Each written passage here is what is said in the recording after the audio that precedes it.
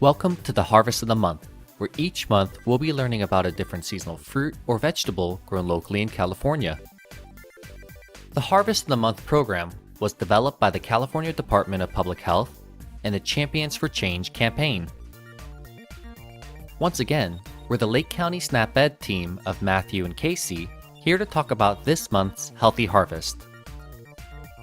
They're plentiful, versatile, and nutritious.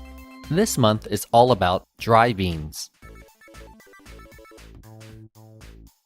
Whether you're looking to enjoy a delicious hummus dip using garbanzo beans, adding some variety to your chili, or trying to find a healthy protein alternative to meat, poultry, or seafood, beans are the multi-purpose ingredient that can serve a variety of different roles within our diet.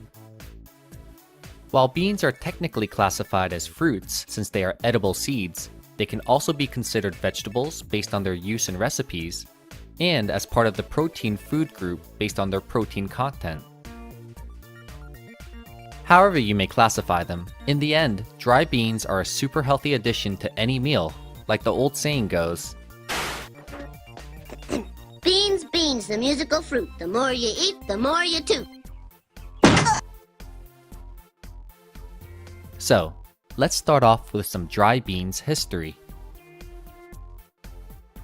While there are many varieties of beans available, dry or dried beans, also called shell beans, are beans grown to full maturity and left in their pods to dry before being removed from their shells and stored for later use.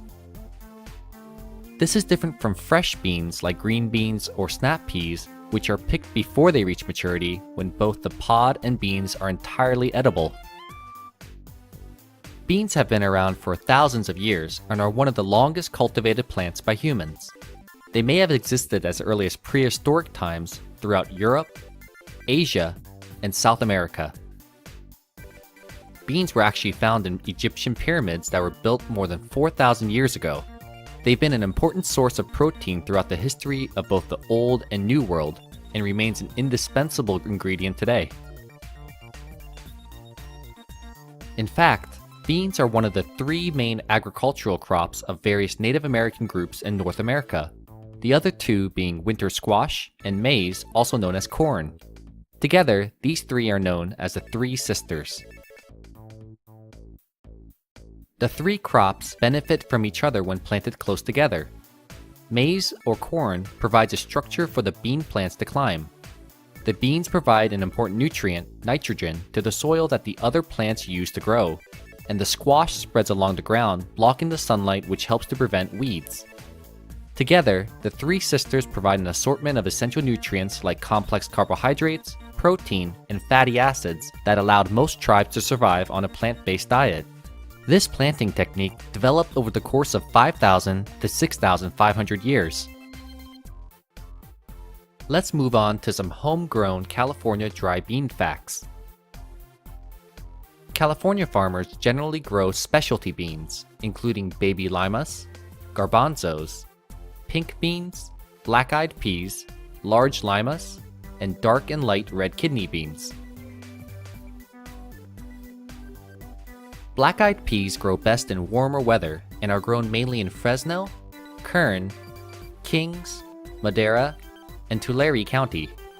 Large lima beans, which thrive in cooler weather, are grown in the coastal valley counties of Monterey, Santa Barbara, Ventura, and Stanislaus. Around the 1900s, merchant ships from Peru brought beans to California. And by the late 1920s, beans became a valuable California crop to use in rotation with beets, barley, and other crops because they added nitrogen to the soil for other plants to use, just like with the Three Sisters. Time to learn about how dry beans grow. Dry beans are warm weather crops that are usually planted in spring or early summer and harvested in the fall. They need warm temperatures to grow and take about 55 to 60 days from planting to reach maturity. As the bean pods mature, they turn yellow and dry up with the beans inside changing from green to their mature color. Once dry, the beans are removed from the pod shells and stored for later use. As we mentioned earlier, bean plant vines need additional support structures to grow, so it's necessary to use special bean cages, poles, or other tall, stable plants like corn for the vines to climb.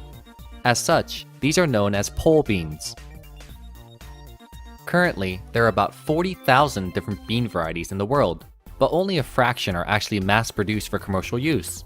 In fact, most of these bean seeds are kept in facilities called gene banks. Similar to how a regular bank is used to store money, a gene bank houses dried plant seeds that are stored at very low temperatures to keep them preserved for hundreds, possibly thousands of years.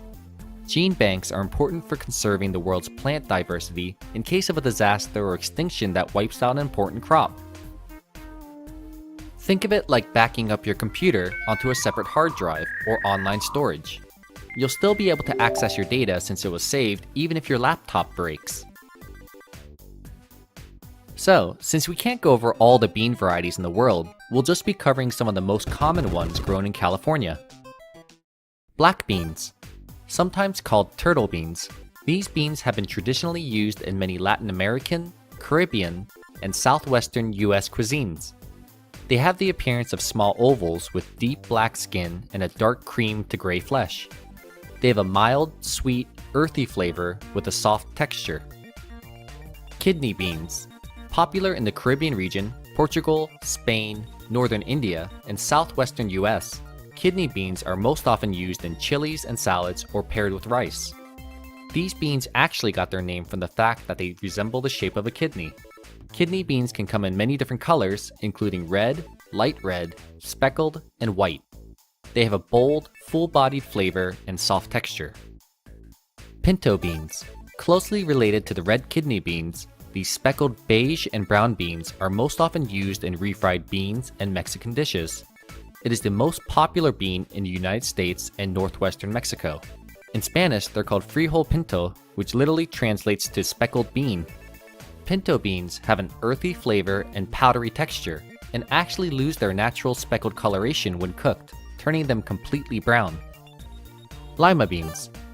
Lima beans differ from other dry beans in that they've been removed from their pods before they've reached maturity and been fully dried. They can come in 3 varieties: large, small, and dwarf.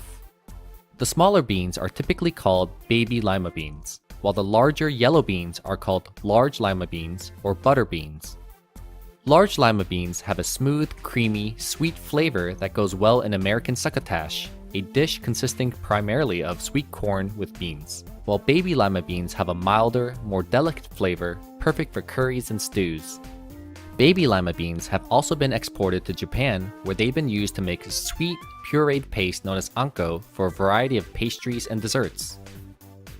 Black-eyed peas.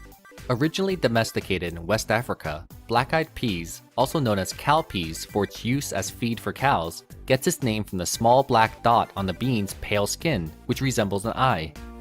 The common commercial variety is called the California Black Eye, which was developed at the University of California.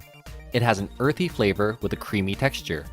The black-eyed pea is a widely used ingredient in soul food in cuisines of the southern United States.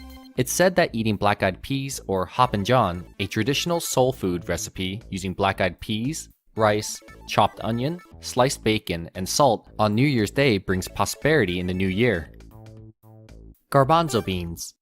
This bean goes by many names, including Bengal grams, Egyptian peas, Kabuli chana, and probably best known within the US, chickpeas. A key ingredient in hummus, chana masala, and falafel, the garbanzo bean or chickpea has a nutty flavor and buttery texture, which goes well with Middle Eastern and Indian cuisines. Did you know, the name of this bean has been a topic of debate, as some people think the name came about because the bean looks like a tiny fat baby chick. Others argue that the word chickpea comes from a French word, which comes from a Latin word, meaning small ram, referring to how the bean resembles the head of a ram.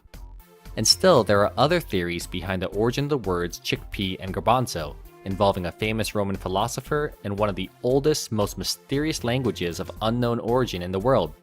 Luckily, that doesn't stop us from enjoying this bean in our favorite recipes, no matter what it's called. Now, let's learn about how to choose dry beans. When it comes to beans, the question often comes up, Which is better, canned or dried beans? So, let's explore both options to help come up with an answer. Canned beans are relatively inexpensive, easy to store, have a long shelf life which means they won't go bad anytime soon, and are great for emergencies. And canned beans are already prepared, so no additional cooking is required.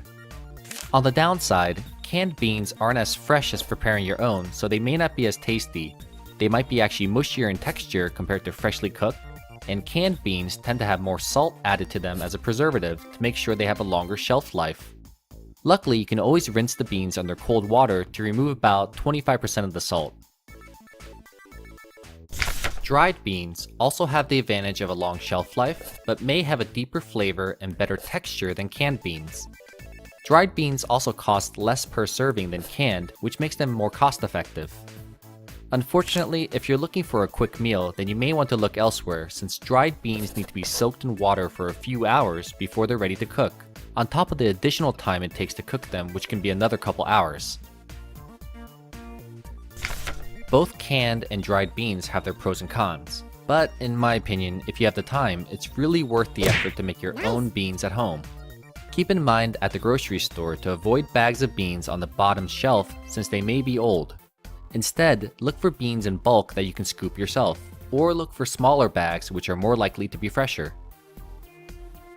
Finally, let's learn about some of the benefits of eating dry beans. Dry beans are an excellent source of fiber, which helps us feel fuller for longer and helps with your digestive health. And as we mentioned earlier, beans are also a good source of protein. Protein is the building block of life and is the most common molecule found in cells, making it vital to all life. Aside from helping us build muscles, we need protein to make important molecules that help us function and stay healthy. Our hair and nails are mostly made of protein. Protein is used to build and repair our body, and protein is an essential part of our bones, skin, and blood. It's important to get enough protein in your diet from the foods like beans in order to stay healthy and strong. And remember, according to the My Plate Food Guide, a healthy plate at every meal should be half fruits and vegetables to keep your body healthy, in addition to eating a quarter plate of protein. Thanks for joining us for today's presentation. See you next time!